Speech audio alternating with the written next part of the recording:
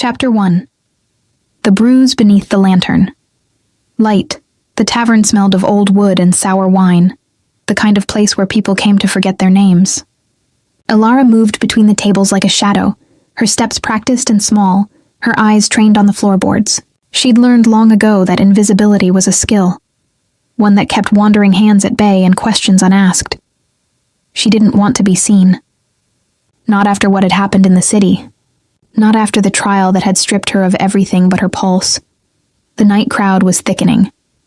Merchants with loud voices, dockworkers with calloused palms, a woman in the corner booth who wore rings on every finger and watched Alara a little too closely. Alara ignored her as she ignored most things, and carried a tray of empty glasses toward the kitchen. That's when Gregor caught her wrist. "You've been skimming tips again, haven't you?" His voice was low, meant only for her, but his grip was iron. Alara's breath hitched. She shook her head. Words caught somewhere between her ribs and her throat. "I haven't. Don't lie to me." Gregor's face was flushed, his breath thick with drink. He owned the tavern and he owned her contract, a polite word for indentured servitude. She owed him for passage out of the city, for the roof over her head, for the silence he'd promised to keep about her past. He yanked her toward the back hallway, past the storage room, toward the cramped washroom that reeked of mildew and desperation. Alara's pulse hammered in her ears. She tried to pull away, but his fingers dug deeper. And her voice had always been too quiet to matter. "Please." He shoved her against the wall, and the door slammed shut behind them, Alara's vision blurred. She'd survived scandal. She'd survived betrayal. She'd survived the kind of ruin that made people whisper her name like a curse. But this felt like drowning. And then the door opened again. Gregor's hand was ripped from her wrist so quickly she stumbled. A figure stepped between them, tall and impossibly still, dressed in black that seemed to drink the dim light. Alara couldn't see his face clearly, only the sharp line of his jaw, the cold precision in the way he moved. She said no. The voice was quiet, calm, but it carried a weight that made the air feel thinner. Gregor laughed, nervous and sharp. "This isn't your business, stranger. She works for me, not anymore." The stranger's hand shot out, not a punch, not a shove, just a single motion, and Gregor hit the wall hard enough to crack the plaster. He slumped to the floor, gasping, clutching his ribs. The stranger didn't look at him again. He turned to Alara. She pressed herself against the wall, her breath shallow, her mind screaming at her to run. But she couldn't, because now she could see him, really see him, and something about his face made her forget how to move. He was beautiful, in the way ruins were beautiful. Sharp cheekbones, pale skin that looked like it had never seen sunlight, eyes the color of smoke and steel, ancient and tired and far too knowing. His dark hair was pushed back carelessly, and there was blood on his knuckles. Not his own. "You're hurt," he said. Alara blinked. She looked down at her wrist. It was already bruising, purple fingerprints blooming across her skin. "I'm fine," she whispered. "You're not." He stepped closer, and she flinched. He stopped immediately, his expression unreadable. "I won't touch you," he said, "but you can't stay here. I don't have anywhere else to go. Then come with me." Alara's laugh was small and bitter. "I don't even know who you are." "My name is Caspian." He tilted his head, studying her like she was a puzzle he hadn't decided to solve yet. "And you're in danger, from him?" She glanced at Gregor, who was still groaning on the floor. "From everyone." The words hung in the air, heavy and strange. Alara's instincts screamed at her to refuse, to run, to disappear into the crowd outside and never look back. But something in Caspian's eyes, something hollow and haunted, made her hesitate. He turned toward the door, then paused. "There are people coming for this place tonight," he said quietly. "Not men like him. Worse. If you value your life, you'll follow me before they arrive." "Why would anyone come here?" Caspian's mouth curved into something that wasn't quite a smile. "Because I'm here." Before Alara could respond, the tavern's front door exploded inward. The crash was deafening. Screams erupted from the main room. Alara's heart slammed against her ribs as Caspian moved faster than any human should be able to move, pulling her behind him, his body a wall between her and whatever was coming. She caught a glimpse through the doorway. Figures in dark cloaks, moving with inhuman grace, their eyes glowing faint red in the lantern light. One of them hissed, a sound that made Alara's skin crawl, and she realized with cold, creeping horror that those weren't men. They were something else entirely. Caspian's voice was ice. "Stay behind me. Don't run. Don't scream. And whatever you do, don't let them smell your blood." Alara's knees nearly buckled. "What are they?" Caspian glanced back at her, and for the first time she saw his teeth. Sharp, white, unmistakable. The same thing I am. Chapter 2. The weight of what he is, Alara's world narrowed to 3 truths. The cold wall pressed against her spine, the sharp scent of smoke and iron flooding the air, and the impossible reality of Caspian's teeth. Vampire. The word existed in stories.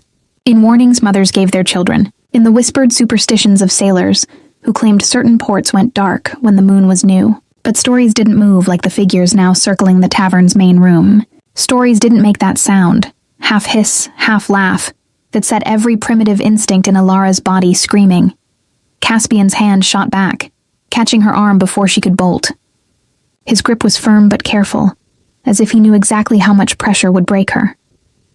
"Breathe," he said, his voice low. Slowly. "Fear makes the blood sing louder." Alara tried. Failed. Her pulse was a drum against her throat. One of the creatures, vampires, her mind supplied uselessly, stepped into the doorway. Male, tall. His face was handsome in a way that felt wrong, too symmetrical, too smooth, like a painting that had never quite dried. His eyes found Caspian first, then slid to Alara with open curiosity. Caspian Thorn. The vampire's accent was old, each word shaped with precision. The whispers were true. "You've finally left your tomb. Leave, Nikolai." Caspian's tone was flat, bored almost, but Alara felt the tension coiled in his shoulders. "This place is under my protection," Nikolai laughed. It was a beautiful sound, and it made Alara's stomach turn. Protection? From the exiled Prince of House Thorn? He tilted his head, studying Alara like she was livestock at market. "Or are you simply playing with your food again? I'd heard you'd grown sentimental." I said leave. The Conclave disagrees. "You broke covenant, Caspian. You fed from a mortal without the blood seal. You let her remember." Nikolai's smile sharpened. "That's an executable offense." "You know the law." Alara's mind stuttered over the words. Fed from a mortal. Blood seal. Executable. Each phrase was a door opening onto horrors she didn't want to see. "The girl had nothing to do with that," Caspian said. "Then why are you here? Coincidence." "You don't believe in coincidence." Nikolai gestured lazily, and 2 more vampires stepped through the shattered doorway. The tavern had gone silent. Whether from terror or death, Alara couldn't tell. "Surrender and we'll make it quick. For old time's sake." Caspian's response was movement. He pulled Alara backward through the washroom door, slamming it shut as something heavy crashed against the wood. Splinters exploded inward. Alara stumbled, and Caspian caught her, his hand steadying her with impossible gentleness. "The window," he said. "Now." The window was small, grimy, set high in the wall. Alara stared at it, then at him, her thoughts a tangle of panic and disbelief. "I can't." "You can." He lifted her as if she weighed nothing, his movements efficient, and suddenly she was scrambling through the narrow opening, the night air cold against her face. She dropped onto the alley cobblestones, her ankle twisting, pain shooting up her leg. Behind her, wood shattered completely. Caspian emerged a heartbeat later, landing in a crouch that should have broken bones. He didn't pause, just grabbed her hand and pulled her into a run. Alara ran. She ran until her lungs burned, until the tavern's screams faded behind them, until the narrow streets of the port district blurred into darkness and stone. Caspian didn't let go of her hand. His grip was the only solid thing in a world that had tilted sideways into nightmare. They stopped in the shadow of an old church, its bell tower leaning like a drunk.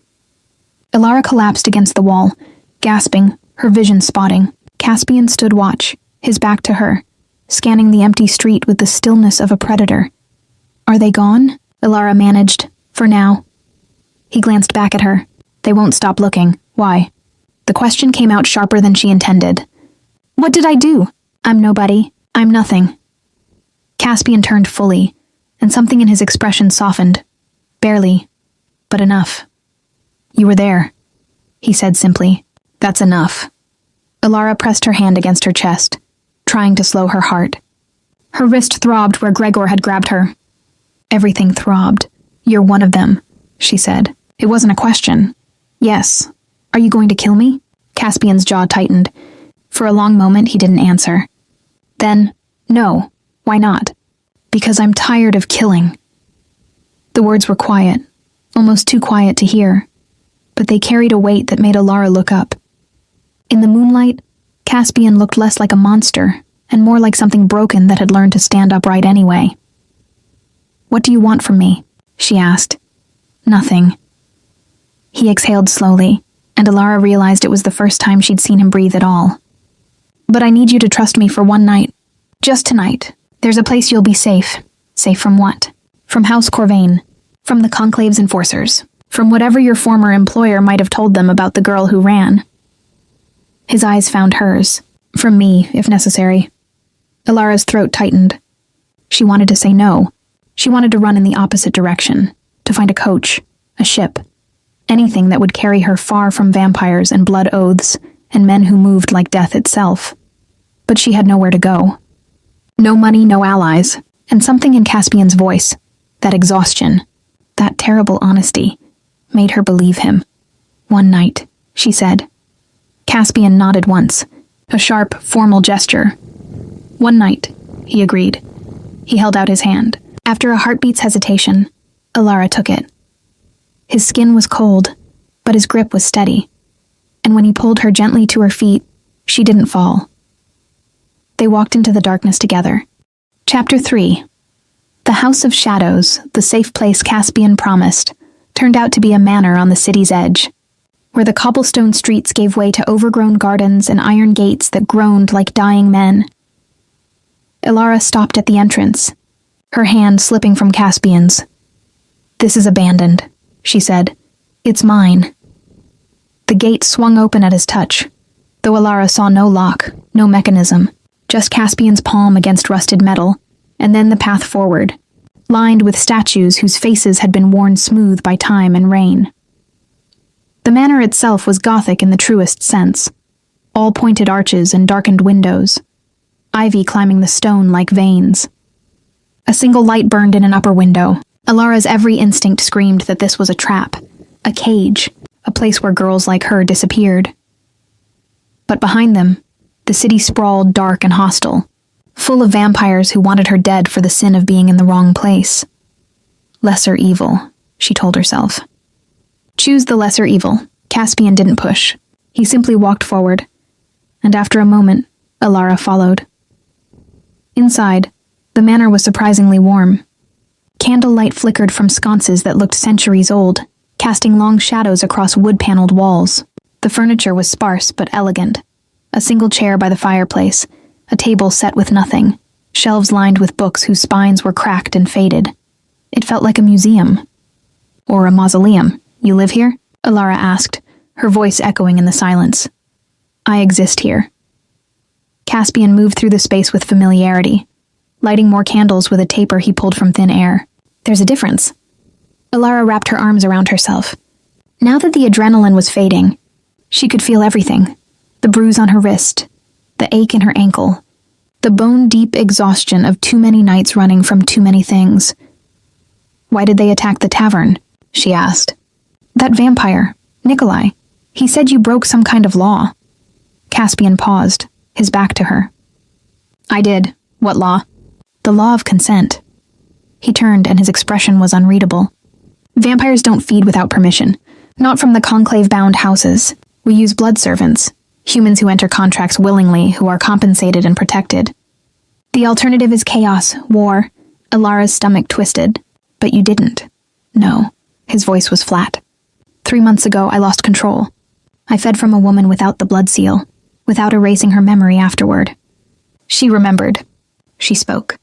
And I was exiled from House Thorn for it. The words settled over the room like frost. "Did you kill her?" Alara whispered. "No." Caspian's eyes met hers, and there was something raw in them. "But I heard her. and I've been running from the conclave ever since. Ilara should have been terrified. She should have run. But instead, she found herself asking, "Why didn't you erase my memory tonight?" Caspian blinked, as if the question surprised him. "Because you didn't ask me to," he said finally. It was such a strange answer that Ilara didn't know how to respond. She sank into the chair by the fireplace instead, her legs giving out. The warmth from the flames felt distant, like it belonged to someone else's body. Caspian watched her for a long moment, then crossed to a cabinet and returned with a glass of water and a small tin. He set them on the table beside her. "Drink," he said. "The tin has salve for your wrist." Ilara stared at the offerings. "You don't have to, I know." He moved away before she could finish, putting distance between them again, and Ilara realized it was deliberate. He was giving her space, letting her choose. She drank the water slowly. It tasted clean, cold, like it came from a deep well. The salve smelled of lavender and something sharper, herbs she didn't recognize. When she smoothed it over the bruises, the pain dulled almost immediately. "What happens now?" she asked. Caspian stood by the window, staring out at the gardens. "House Corvain will search for you. They'll assume you're my blood servant, or worse, that I've turned you. Either way, you're leverage. Can't you just tell them I'm nobody? They won't believe me." He glanced back, and something like regret crossed his features. "I'm sorry. You were simply unlucky," Ilara laughed, brittle and sharp. "That's not new." Caspian tilted his head, studying her with that unsettling focus. "You've been running from something else. Before tonight, it wasn't a question." Ilara looked down at her hands, at the faint scar on her palm from a ring she'd once worn. "A scandal," she said quietly. "In the city, I was engaged to a merchant's son. Wealthy family, good prospects." The words tasted like ash. "He got bored. Started sleeping with my sister. When I found out, I confronted him. He claimed I'd gone mad with jealousy, that I'd tried to poison him." Caspian's expression darkened. "The family had influence," Ilara continued. "Judges, magistrates, half the merchant guild. I was arrested. The trial lasted 3 days. They called me a scorned woman, a liar, dangerous." She swallowed hard. "They didn't convict me, not enough evidence. But it didn't matter. My family disowned me. No one would hire me. I had to indenture myself to Gregor just to eat." The silence that followed was heavy. "Your former fiancé," Caspian said slowly. "What was his name? Why?" "Curiosity." Ilara met his eyes, and something in his tone made her shiver. "It doesn't matter anymore. It matters to me." The intensity in his voice startled her. Ilara looked away, unnerved by the way he watched her, like she was something precious and breakable, something that needed protecting. "You should rest," Caspian said abruptly. "There's a room upstairs. Clean bed. Lock on the door. And you? I don't sleep. Not at night." He turned back to the window. "But I'll be here. I won't let them reach you." Ilara stood slowly, testing her ankle. It held. She moved toward the stairs, then paused. "Caspian?" "Yes? Thank you. For the tavern. For this." He didn't turn around, but his shoulders tensed. "Don't thank me yet," he said quietly. "The night's just begun." Chapter 4. The language of stillness, Ilara didn't sleep. She tried. The bedroom Caspian had given her was surprisingly comfortable. A 4-poster bed with clean linens that smelled faintly of cedar, heavy curtains that blocked out the moonlight, a door that locked from the inside with a solid iron bolt, everything designed to make her feel safe. But safety was a luxury she'd forgotten how to accept. She lay in the darkness, listening. The manor was full of sounds that shouldn't exist in an abandoned building. The creak of old wood settling, the whisper of wind through cracks she couldn't see, and beneath it all, the faint sound of movement downstairs. Caspian, still keeping watch. Around 3 in the morning, Ilara gave up. She wrapped a blanket around her shoulders and crept to the door, pressing her ear against it. Nothing. Just that persistent quiet that felt too heavy to be natural. She unlocked the bolt carefully, wincing at each small click, and eased the door open. The hallway was darker than her room, lit only by a single candle at the far end. Ilara moved slowly, her bare feet silent on the wooden floor, following the faint glow of light that spilled from the main room downstairs. She found Caspian exactly where she'd left him, standing by the window, motionless as a statue. He'd removed his coat, and in just his shirt and vest he looked almost human. Almost. "You should be resting," he said without turning. Ilara jumped. "How did you—" "I can hear your heartbeat." He glanced back, and there was something almost apologetic in his expression. "It changes when you're frightened." "I'm not frightened." "Then you're lying to yourself." Ilara pulled the blanket tighter. "I couldn't sleep." Caspian studied her for a moment, then gestured to the chair by the fire. "Sit. If you're going to be awake, you might as well be warm." She hesitated, then crossed the room and sank into the chair. The fire had burned low, just embers now, but Caspian added wood with practiced ease. Flames caught and climbed, painting shadows across his face. "Do you ever sleep?" Ilara asked, "during the day, when the sun rises." He settled onto the floor near the hearth, his movements fluid and precise. Not sitting exactly, just folding himself down in a way that suggested he didn't quite need furniture. "The old stories are partly true.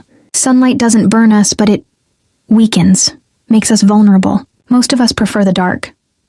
Ilara watched him.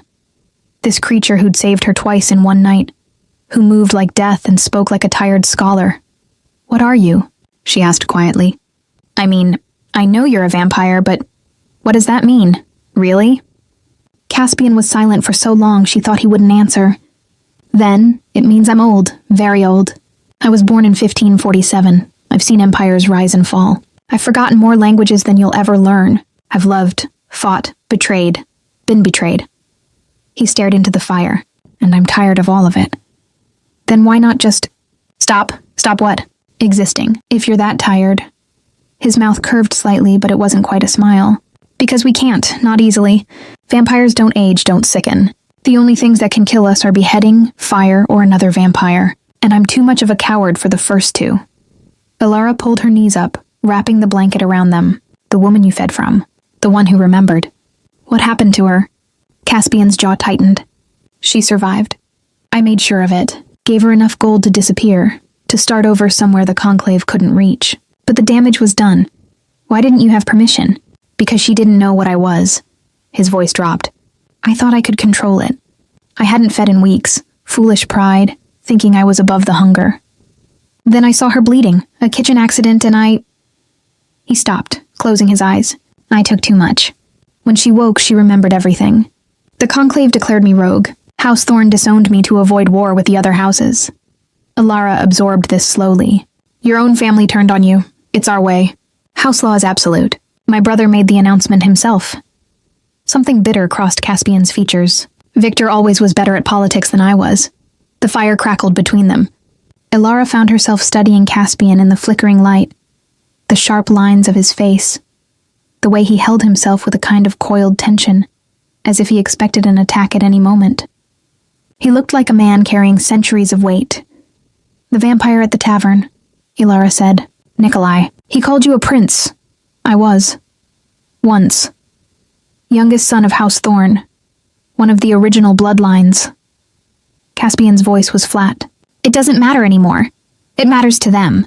To House Corvain." "Yes." He looked at her directly, and his eyes were storm gray in the firelight. "Which is why you're in danger. House Corvain has been trying to absorb House Thorn's territory for decades. If they can prove I've created a blood servant without Conclave approval, they can claim jurisdiction, use it as cause for war. But I'm not your blood servant. They don't care about truth. They care about leverage." Caspian stood in one smooth motion, pacing to the window and back. "I shouldn't have brought you here. It was selfish. But leaving you at the tavern meant certain death, and I—" He stopped abruptly. "You what?" "I couldn't watch another innocent die because of me." The words hung in the air, raw and honest. Ilara set her feet on the floor, standing slowly. "What do we do?" she asked. Caspian turned to look at her, surprise flickering across his features. "We? You said I'm in danger. That makes this my problem too." Ilara lifted her chin, channeling a courage she didn't quite feel. "I've spent months being helpless. Being rescued. I'm tired of it." For the first time, Caspian almost smiled. A real smile, small and startled. "You're either very brave or very foolish. Can't I be both?" This time he did smile, and it transformed his face completely, made him look young, almost human, like the man he'd been 400 years ago. "We survive until dawn," he said. "Then we plan. House Corvain won't attack during the day. It's the one advantage we have. And if they come before dawn?" Caspian's expression hardened. "Then I fight, and you run. I'm tired of running. Then you hide." His voice left no room for argument.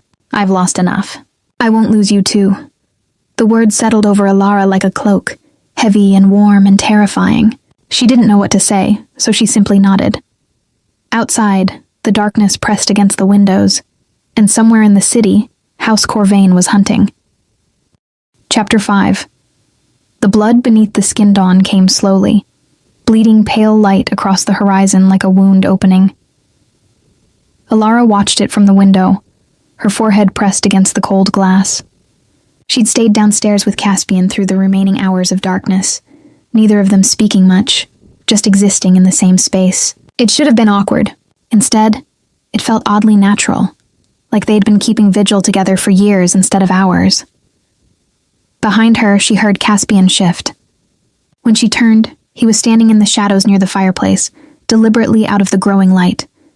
"You should eat something," he said. "There's a kitchen through that door. It's not well stocked, but there's bread, preserves, some cheese that might still be edible." Alara's stomach twisted at the mention of food, reminding her she hadn't eaten since yesterday afternoon. "What about you?" "I don't eat. Not human food." "Right," she hesitated. How do you feed?" Caspian's expression was carefully neutral. "I have arrangements. Blood servants who come willingly, with contracts, though I haven't seen them since the exile." He paused. "I'll manage. How long can you go without?" "Long enough." But there was something tight in his voice that made Alara wonder if he was lying. She made her way to the kitchen, a narrow room with stone counters and copper pots hanging from hooks. The bread was stale but not moldy, the cheese harder than it should be. She ate mechanically, standing at the counter, her mind elsewhere. Through the window she could see the overgrown gardens properly now. Rose bushes gone wild, a fountain thick with moss, statues of figures she didn't recognize. It was beautiful in a ruined sort of way, like something out of a fairy tale where the princess never woke up.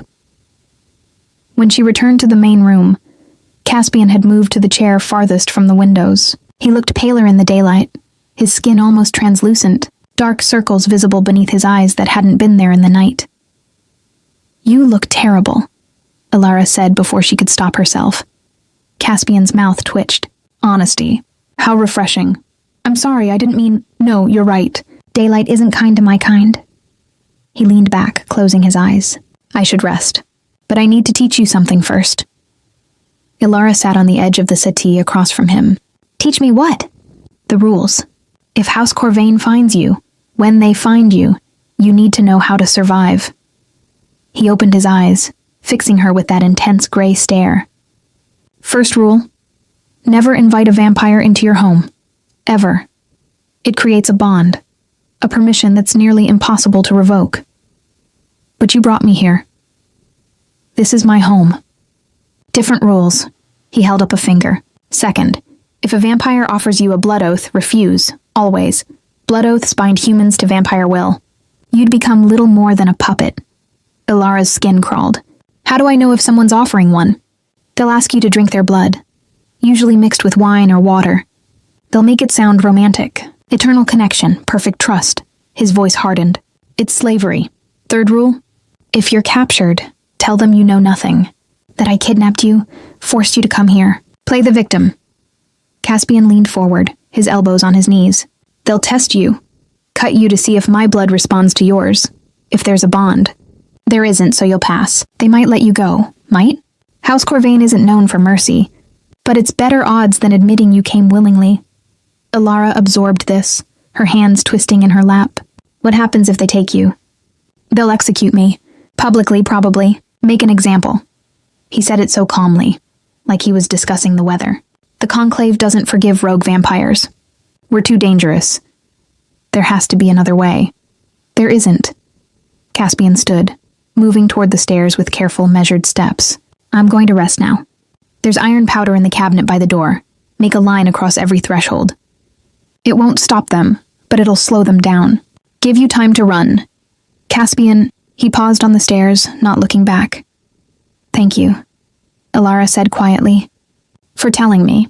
For not treating me like I'm too fragile to know. His shoulders tensed. You're stronger than you think. Ilara. Stronger than I was at your age, mortal or not. Then he was gone. Climbing the stairs with the heaviness of someone walking toward execution rather than rest. Ilara spent the morning fortifying the manor as best she could. She found the iron powder, black and gritty, smelling of rust and something sharper, and traced careful lines across every doorway, every windowsill. Her hands shook as she worked, but she forced herself to be thorough. In the library, she discovered books on vampire houses, their histories and hierarchies written in spidery script. House Thorn, founded 1123, bloodline of warriors and scholars. House Corvain, founded 1067, bloodline of strategists and spies. Ancient rivalries sketched in careful detail, alliances that had lasted centuries and broken overnight. She learned that the conclave was a council of house leaders, that they met once every full moon to settle disputes and pass judgment. That vampire law was absolute, built on 3 pillars: consent, discretion, and hierarchy. Break one, face exile. Break all 3, face death. Caspian had broken the first 2, and by sheltering her he was breaking the 3rd, defying House Corvain's jurisdiction. He was a dead man. He just didn't seem to care. The realization settled over Ilara like ice water. This wasn't about survival for him. It was about something else. Penance, maybe. Or just exhaustion so deep that death seemed like mercy. She set down the book, her throat tight. Outside, the afternoon light was fading. Soon it would be dark again. Soon, House Corvain would resume their hunt. Ilara climbed the stairs quietly, counting doors until she found the one that was closed. She pressed her palm against it, feeling the cool wood beneath her skin. I won't let them take you, she whispered. I don't know how, but I won't. Inside there was no response. Just the heavy silence of the dead sleeping. But Ilara thought, maybe imagined, she heard a breath catch. A pause in the stillness. She went back downstairs to wait for nightfall and to plan. Chapter 6. When shadows strike, darkness fell like a curtain dropping, swift and absolute. Ilara had prepared as best she could. She'd found weapons, a fireplace poker, a kitchen knife with a blade long enough to matter, a candelabra heavy enough to swing. She'd arranged them strategically throughout the manor, within reach, but hidden from casual view. The iron powder lines remained unbroken across every threshold, and still, she felt helpless. Caspian emerged just after sunset, moving down the stairs with more energy than he'd had at dawn. The rest had done him good. His color was better, his movements sharper, the exhaustion less evident in his eyes. He stopped when he saw her sitting at the table, surrounded by the books she'd been reading. You've been studying, he observed. I needed to understand. Ilara gestured at the open volumes. House politics, blood oaths, the conclave's laws. She looked up at him. You didn't tell me that sheltering me breaks hierarchy law, that you're making yourself an enemy of House Corvain by keeping me here. Caspian's expression didn't change. Would it have mattered? Yes, I could have left, found somewhere else to hide. There is nowhere else.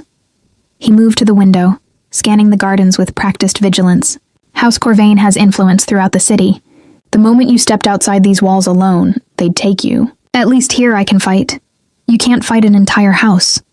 No, he agreed quietly, but I can make them regret coming. The words should have sounded like bravado.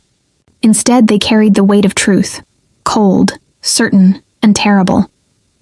Ilara stood, crossing to stand beside him. Outside, the gardens were pooled with shadow, the statues like frozen sentinels. Nothing moved. Why are you doing this? She asked. Really? You don't know me. You owe me nothing. Caspian was quiet for a long moment. When he spoke, his voice was barely above a whisper. Because I'm tired of running. Tired of surviving by compromising who I was. I spent 400 years following rules. Bending to house politics. Sacrificing pieces of myself for the sake of peace. He turned to look at her, and his eyes were storm dark. The woman I fed from, she reminded me what it felt like to be human. to care about something more than strategy and survival. And when I lost control, when I hurt her, I realized I'd become exactly what I'd always feared. A monster who'd forgotten how to feel. Ilara's breath caught. I'm not her. No. But you're someone who doesn't deserve to die because I was in the wrong place at the wrong time. His hand lifted, as if he might touch her face, then fell. I failed her.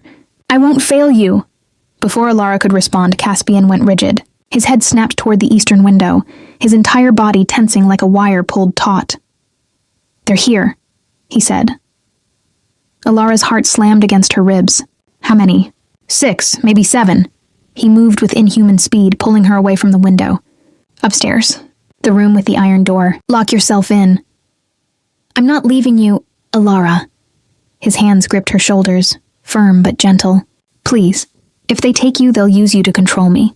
If you're safe, I can fight without fear. The eastern window exploded inward. Glass shattered across the floor in a glittering rain. A figure landed in a crouch among the debris. Nikolai, his pale face split by a smile that was all teeth. Caspian, he purred. Still playing hero? Caspian shoved Ilara toward the stairs. Run, now! 3 more vampires poured through the broken window. Ilara recognized the wrongness in their movements. Too fast, too fluid, like water given form.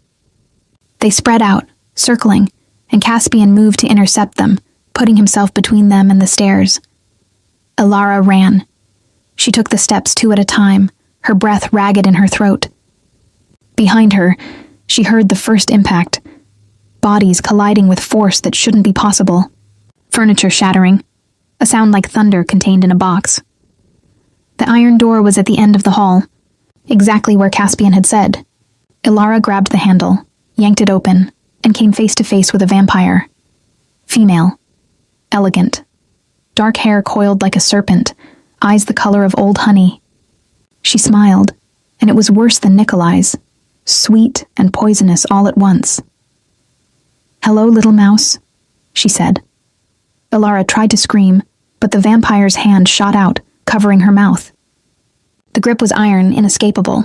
Ilara thrashed, kicked, her hand scrambling for the knife at her belt. The vampire hissed as iron powder burned her wrist. She jerked back and Ilara stumbled away, drawing the blade. Her hands shook so badly she nearly dropped it. Clever, the vampire said, examining the angry red mark on her skin. Caspian taught you well. I'm Seraphine, by the way. House Corvain's second. She tilted her head. You're prettier than I expected. No wonder he's been so protective. Stay back, Ilara managed. Seraphine laughed. Or what, you'll stab me? Darling, that knife couldn't kill me if you plunged it through my heart. Maybe not, but it'll hurt. True. Seraphine's smile widened. I like you. Such spirit. It's almost a shame we'll have to break you. She moved, a blur of motion. But Ilara had been watching for it. She dropped low, slashing upward with the iron blade. The knife caught Seraphine across the ribs, and the vampire screamed, a sound like breaking glass. Ilara didn't wait. She bolted past Seraphine, back toward the stairs, toward Caspian. The main room was carnage. 2 vampires lay motionless on the floor, their heads at wrong angles. Caspian stood in the center, blood streaking his face and hands, not his own, surrounded by 3 more attackers. Nikolai watched from the doorway, amused. Caspian's eyes found Ilara, and something like horror crossed his face. I told you to hide, he snarled. She tried, Seraphine said, appearing at the top of the stairs behind Ilara. The little mouse has claws. Nikolai's smile vanished. Take her. 2 vampires broke from Caspian, moving toward Ilara with terrible speed. She raised the knife, knowing it wouldn't be enough, knowing she was about to die. Caspian roared. The sound was inhuman, primal, a challenge that made the windows rattle. He moved like lightning, intercepting the first vampire mid-lunge, his hand closing around its throat and twisting. Bone cracked. The vampire fell, but there were too many. The second reached Ilara, grabbed her arm, and Caspian was there, tearing the vampire away with such violence that Ilara heard ribs shatter. He pulled her against his chest, his body a wall between her and the others. Enough, Nikolai said quietly. Seraphine. The girl. Now. Seraphine moved, but not toward Ilara. She moved toward the fireplace where the embers still glowed, and she smiled. Chapter 7. Fire and Ash Seraphine's hand closed around a burning log, her skin hissing and smoking where it touched the flames. She didn't flinch. "You know what fire does to our kind, Caspian," she said, her voice honey-sweet. "Drop the girl, or I burn this entire manor down. With you inside." Alara felt Caspian's arms tighten around her, felt the rapid calculation happening in his silence. Fire was one of the few things that could truly kill a vampire. She'd read that just hours ago, sitting safe in his library while he slept. "You'll burn too," Caspian said. "I'll heal. You won't have time." Seraphine's smile was sharp. "House Corvain wants you executed properly before the conclave, but if necessary, we'll bring them your ashes." Nikolai stepped forward, his earlier amusement replaced by cold authority. "This is tiresome, Caspian. You broke covenant. You endangered the discretion we've maintained for centuries. Accept your fate with dignity." "My fate?" Caspian's voice was bitter. "You mean Victor's ambition. Your brother is a pragmatist. He chose House Thorn's survival over yours. A wise leader would do the same." Nikolai's gaze slid to Alara, still pressed against Caspian's chest. "The girl is leverage. Nothing more. Give her to us, and we'll ensure her death is quick." "No," Caspian said flatly. "Then she burns with you." Alara's mind raced. 3 vampires still standing, plus Nikolai and Seraphine. 2 already dead. Caspian was strong but exhausted. She could see it in the tension of his shoulders, the careful way he held himself. He was protecting her instead of fighting. He was going to die because of her. The thought crystallized into something sharp and cold. No, not again. She wouldn't be the helpless victim, the excuse for someone else's sacrifice. She'd been that person in the city, at the trial, at the tavern. She was done being saved. "Wait," Alara said. "Alara." Caspian's voice was a warning. She pushed against his arms, and after a moment's resistance, he let her step away. She moved forward slowly, the iron knife still in her hand, positioning herself between Caspian and the others. Nikolai raised an eyebrow. "How gallant. The mortal protects the monster." "I'm not protecting him," Alara said, her voice steadier than she felt. "I'm negotiating," Seraphine laughed. "With what, little mouse? You have nothing we want." "I have information." Alara met Nikolai's eyes, forcing herself not to look away. "About House Thorn. About Caspian's brother. About why Victor was so eager to exile Caspian in the first place.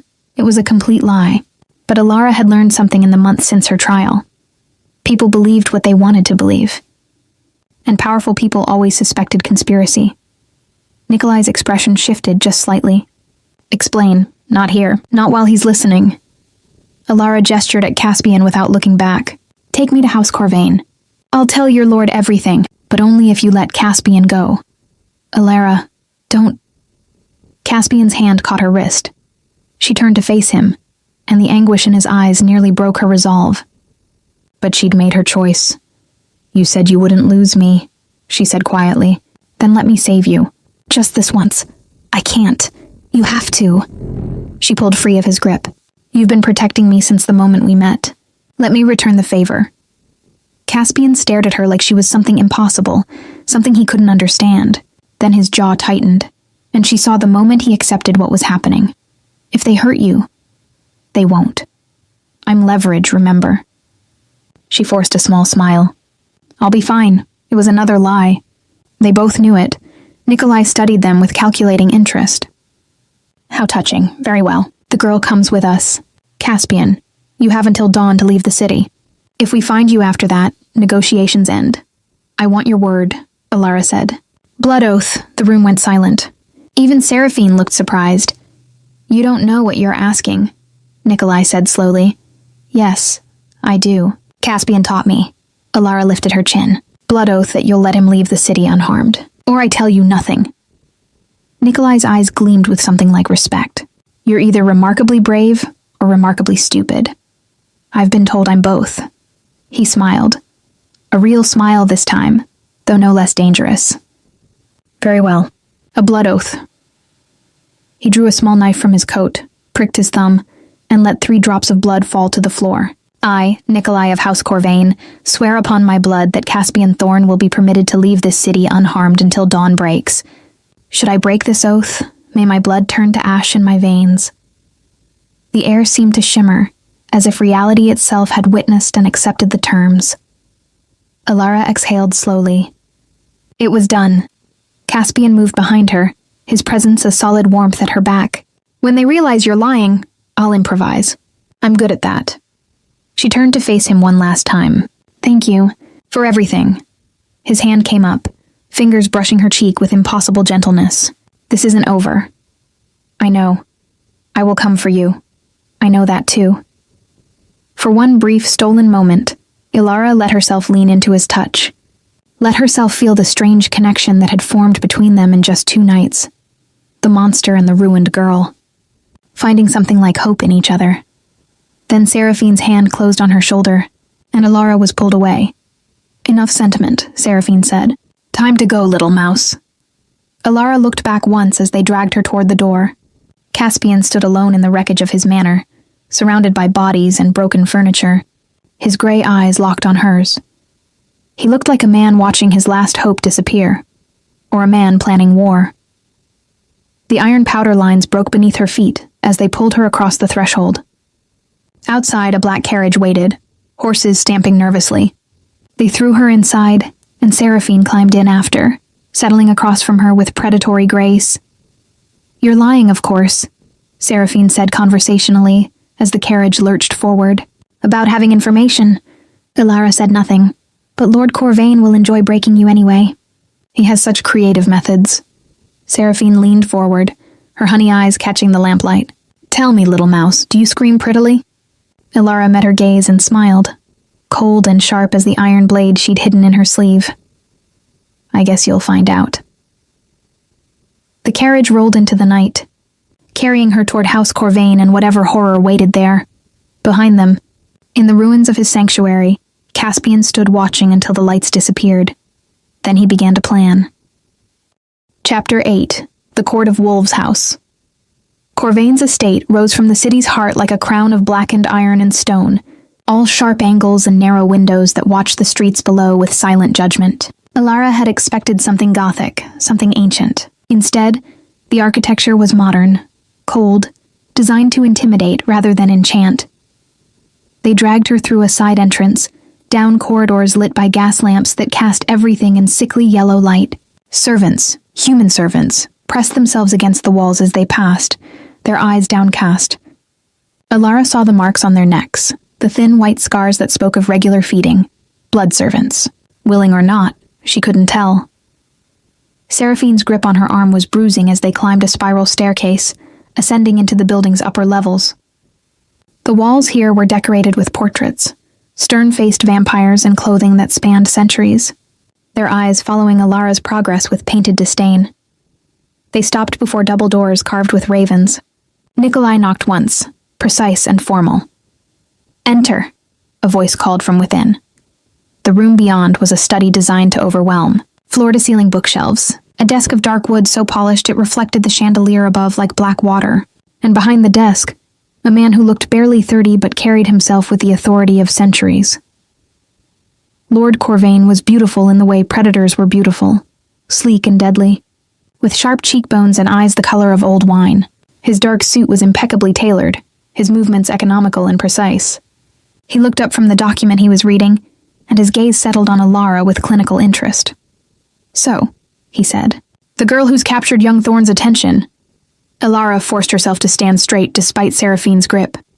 "I prefer Ilara." Lord Corvain's mouth curved slightly. "Spirit, how refreshing. Nikolai, your report?" Caspian resisted as expected. "We lost 2, Davros and Marcus. He's weakened, but still dangerous." Nikolai gestured toward Ilara. "The girl claims to have information about House Thorn, about Victor's motivations for the exile. Does she now?" Lord Corvain set down his pen with deliberate care. "And what makes you think I'm interested in court gossip, miss?" "Ilara Voss," she swallowed. "And it's not gossip. It's treason." The room went still. Even Seraphine's grip loosened slightly. Lord Corvain leaned back in his chair, steepling his fingers. "An interesting accusation. Explain." Ilara's mind raced.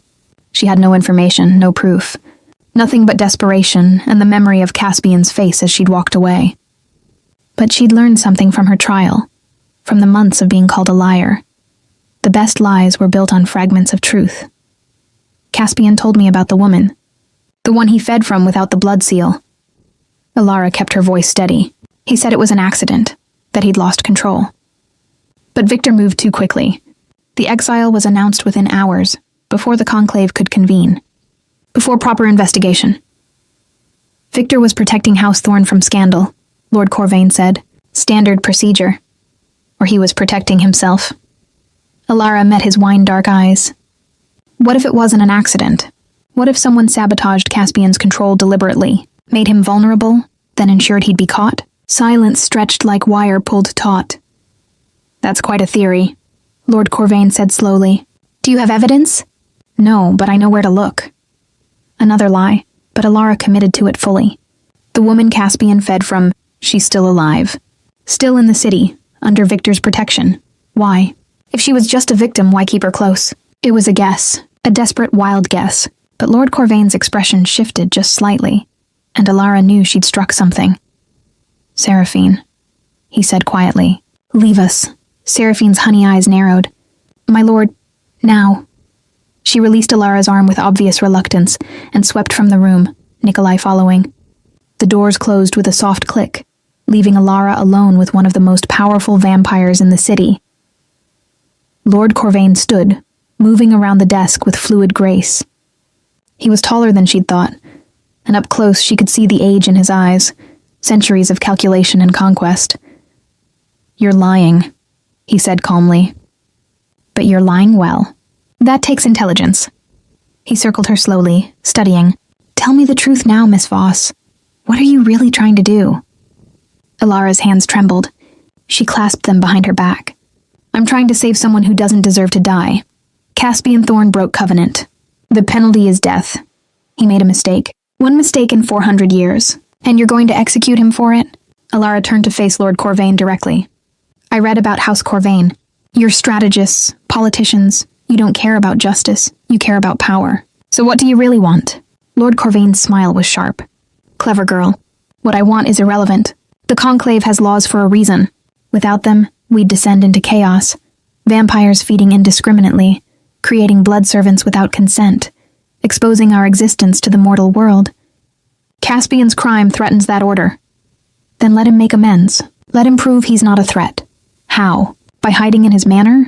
Protecting a human girl he barely knows? Lord Corvain shook his head. No. Caspian is broken, Miss Voss. He's been broken for decades. This incident simply made it visible. Alara's throat tightened. You're wrong. Am I? Tell me, in the time you've known him, has he seemed happy? Purposeful? Or does he carry himself like a man waiting to die? The words hit too close. Alara thought of Caspian's exhaustion, his careful distance, the way he'd spoken about being tired of existing. He's grieving, she said quietly. That's not the same as broken. For immortals it is. Grief without end becomes emptiness, and emptiness makes us dangerous. Lord Corvain moved back to his desk, pouring 2 glasses of dark wine from a crystal decanter. He offered one to Alara. She didn't take it. Smart, he said, sipping his own. You've learned well. No, this isn't blood wine. Simply wine, but your caution is noted. He set both glasses down. Here's what I'll offer you. Tell me where Victor is keeping the woman. The real location, not a guess. And I'll commute Caspian's sentence. Exile instead of execution. He leaves the city, never returns, and House Thorne's territories are absorbed peacefully. And me? You return to your life. I'll even provide a recommendation. Employment, housing, safety from whatever scandal drove you here. His smile was almost kind. A fair trade, don't you think? It was more than fair. It was generous. Suspiciously generous. What's the catch? Alara asked. The catch is that you must actually provide useful information, and you have until midnight tomorrow to obtain it. Lord Corvain's expression hardened. Fail, and both you and Caspian die, slowly, as examples. Ilara's pulse thundered in her ears. How am I supposed to... You're resourceful. I'm sure you'll find a way. He gestured toward the door. Seraphine will escort you to a guest room. You'll remain here under guard until you've fulfilled our bargain. Consider yourself House Corvain's involuntary guest. The doors opened. Seraphine stood waiting, her smile predatory. Alara looked at Lord Corvain one last time. If I do this, if I find what you want, you'll keep your word? I'm many things, Miss Voss, but I'm not a liar. Blood oath if you require it. No. Alara's mind was already racing ahead, calculating, planning. Your word is enough. It wasn't. But making him oath-bound would reveal her desperation. She let Seraphine lead her away, down more corridors, to a room that was comfortable and locked from the outside. A cage dressed as comfort. Alara sat on the bed, her hands still shaking, and began to plan the impossible.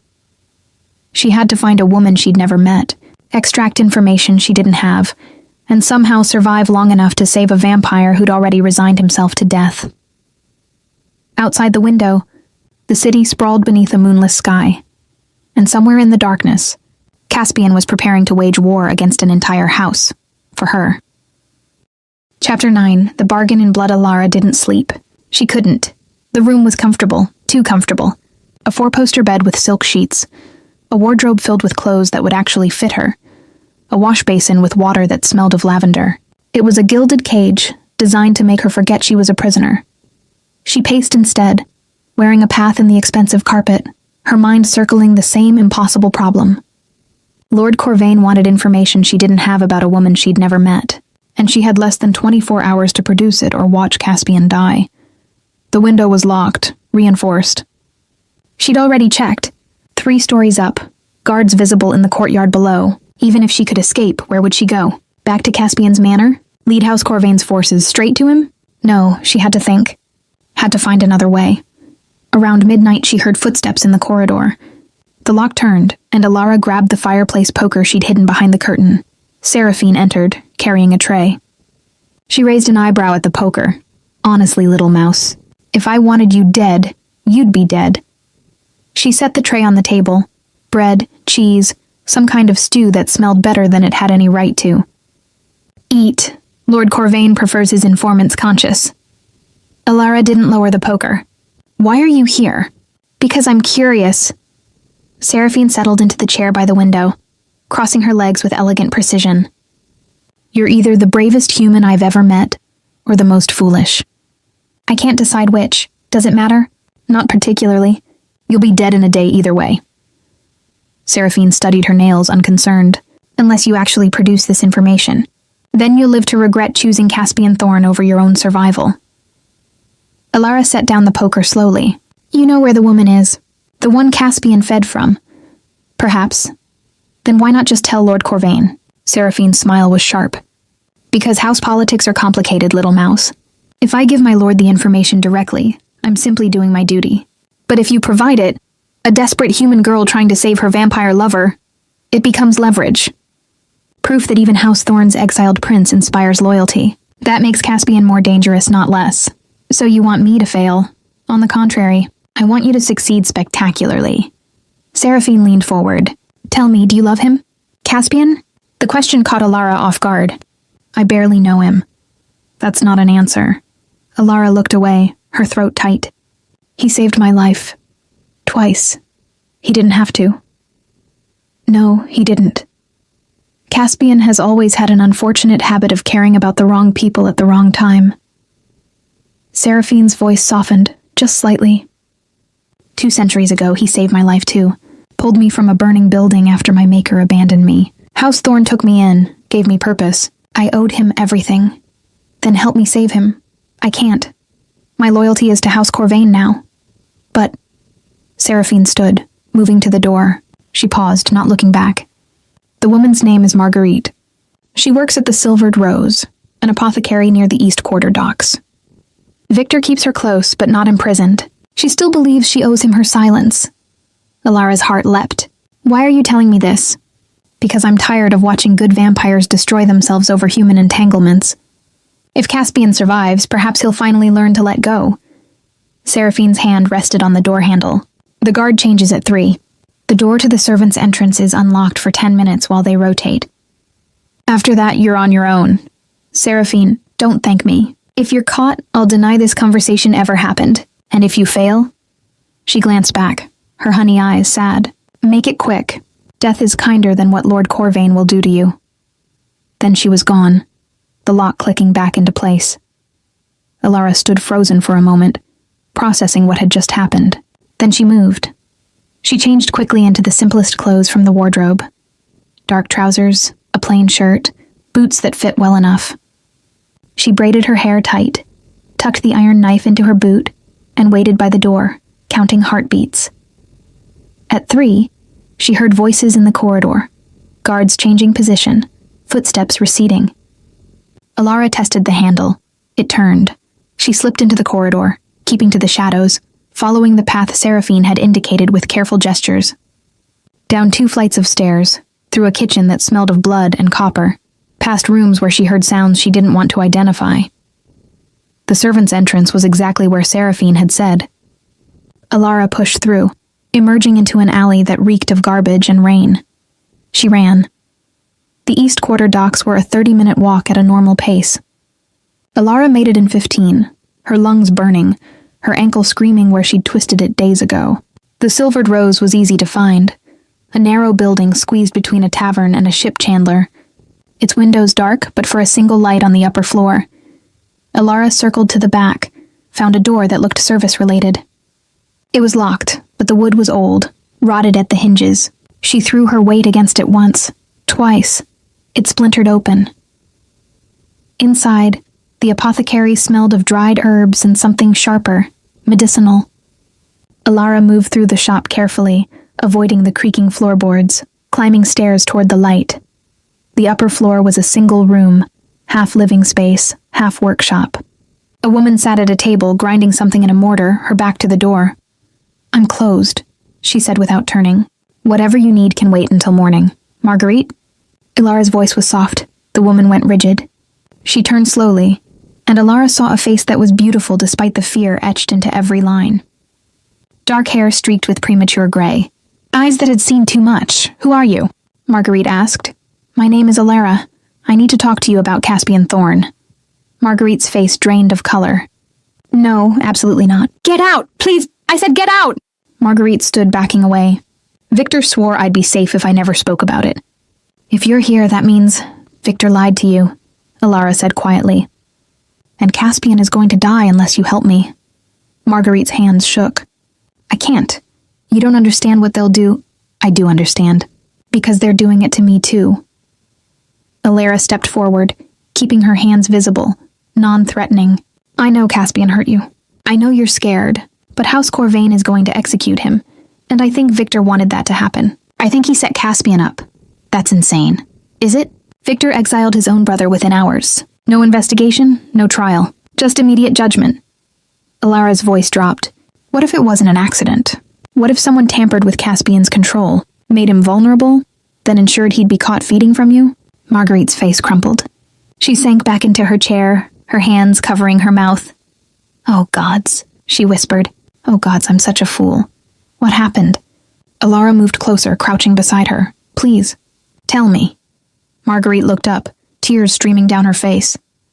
"Victor gave me wine," she said, "before I met Caspian. Said it would help with my nerves. I'd been hired to deliver medical supplies to House Thorn, and I was terrified. So I drank it." Her breath hitched. "I didn't know. I swear I didn't know what it would do." Alara's blood went cold. What was in the wine? Blood sage, and something else. Something that makes vampire senses sharper, makes blood smell stronger, makes it almost impossible to resist feeding. Marguerite's voice broke. "Victor used me as bait, and Caspian walked right into the trap."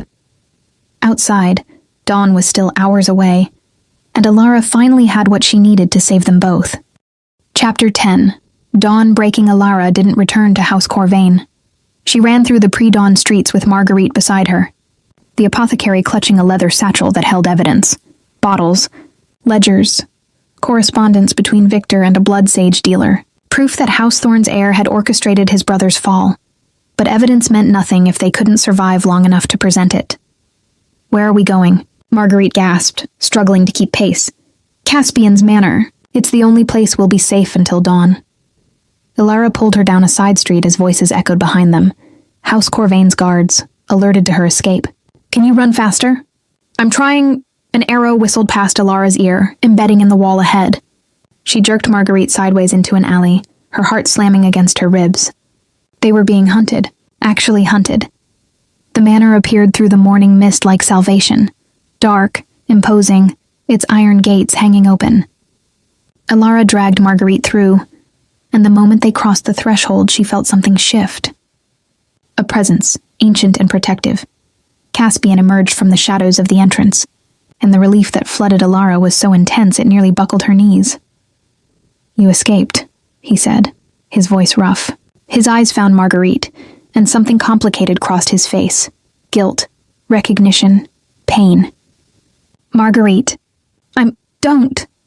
Marguerite held up a hand, her voice shaking. "Don't apologize. It wasn't your fault. It was never your fault." The sound of boots on cobblestone echoed from outside. Caspian moved to the door immediately, his body blocking the entrance. "How many?" he asked. 6, maybe 7, Ilara said, pressing Marguerite's satchel into his hands. "But we have proof. Victor drugged Marguerite with blood sage before she came to you. He set you up, wanted you exiled so he could take full control of House Thorn." Caspian's expression went cold, deadly. He opened the satchel, scanning the contents with inhuman speed. "This is enough to bring Victor before the Conclave. To overturn my exile. If we survive long enough to present it," Ilara said. "Then we survive." Caspian looked at her, and something fierce burned in his gray eyes. "Go upstairs. Both of you. The Iron Room. Don't come out until I say it's safe. Caspian, there are too many. I know." He caught her face in his hands, his touch gentle despite the violence coiling in his frame. "But I've spent months running, Ilara, hiding, waiting to die. I'm done running." Outside, the gates crashed open. Caspian kissed her forehead, quick, desperate, and pushed her toward the stairs. "Go, now."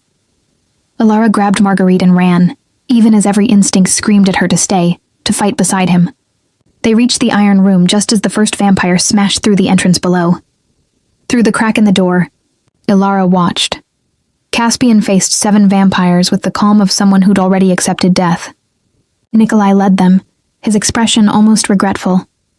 "It didn't have to be this way," Nikolai said. "Yes, it did." Caspian's voice was quiet. "You serve a lord who values power over truth. I serve something older, and what's that? Choice." He moved. Ilara had seen Caspian fight before, but this was different. This was 4 centuries of skill unleashed without restraint, without fear. He was a storm-given form, brutal, efficient, devastating. 2 vampires fell in the first 10 seconds. Nikolai barely dodged a strike that would have torn his throat out, but there were too many. Claws raked across Caspian's chest, drawing blood. A blade found his shoulder. He staggered, and Ilara's hand flew to her mouth to stifle a scream. "Enough!" Lord Corvain's voice cut through the chaos. He stood in the doorway, immaculate despite the pre-dawn hour, flanked by 4 more vampires. "The fighting stopped immediately. Caspian Thorn," Lord Corvain said calmly. "You've made your point. But this ends now." Caspian straightened despite his wounds, blood dripping from a dozen cuts. "Then end it. But know that Victor set me up. The proof is in this house." "I know." The room went silent. Lord Corvain stepped over broken furniture with measured grace. "Did you think I was unaware of Victor's ambitions? I've been watching House Thorn's internal politics for years, waiting for the heir to overreach." He smiled, cold and calculated. "You were the bait, Caspian, and Victor took it beautifully." Caspian's expression darkened. "You knew. This entire time, of course. The question was whether you'd survive long enough to prove it." Lord Corvain's gaze swept the room, landing on the stairs where Ilara and Marguerite hid. "You can come out now, Miss Voss. I know you're there." Ilara's blood went cold. Beside her, Marguerite whimpered. "It's all right," Caspian called, his voice strained. "Come down." Ilara descended slowly, Marguerite following. Lord Corvain watched them with the same clinical interest he'd shown in his study. "Miss Marguerite," he said pleasantly. "How lovely to finally meet you. I trust you brought the evidence?" Marguerite clutched the satchel tighter. "Ah, yes, excellent. Nikolai, take it to the Conclave. Emergency session tonight. Victor Thorn will answer for conspiracy against a bloodline member." Lord Corvain turned back to Caspian. "As for you, your exile is lifted. House Thorn will likely reject Victor as heir, which means the title falls to you. Congratulations. You're about to become very powerful again." Caspian looked like he'd been struck. "I don't want it." What you want is irrelevant. The conclave requires stable leadership. Lord Corvain's smile sharpened. Consider it penance for breaking covenant. You wanted to suffer? Lead House Thorn. Watch your brother face execution for his crimes. Live with the weight of what he did to you. And Alara? Caspian's voice dropped dangerously. Marguerite? Free to go, though I suspect Miss Voss might prefer to stay. Lord Corvain's wine-dark eyes found Alara. You've proven remarkably useful. House Corvain could use someone with your particular talents. No, Caspian said flatly. I'm not asking you, Caspian. I'm asking her. Every eye in the room turned to Alara. She looked at Caspian, wounded, exhausted, still standing between her and danger despite everything. The vampire who'd saved her life, taught her strength, made her feel seen for the first time in months. Thank you for the offer, Alara said carefully, but I'm staying with Caspian. Lord Corvain's smile widened. How disappointing. And predictable. He turned toward the door. The conclave convenes at moonrise. Caspian, you'll attend. Bring your evidence. Bring your witnesses, and prepare to watch your brother die. He left, his vampires following like shadows. Nikolai paused in the doorway, looking back at Caspian. For what it's worth, he said quietly. I'm glad you survived. Then they were gone, and the manor fell silent except for Caspian's ragged breathing. Alara ran to him as he collapsed, catching him before he hit the ground. Blood soaked through his shirt, too much blood, and she could feel how cold his skin had become. You're hurt. I'll heal. His hand found hers, gripping tight. You came back. I thought, I know, but I told you I wouldn't let them take you. Alara pressed her forehead to his. We're not done yet. You and me, we still have a choice. Caspian's eyes closed, and for the first time in 400 years, he let himself believe in tomorrow. Outside, the sun began to rise, and somewhere in the city, House Thorn prepared to tear itself apart.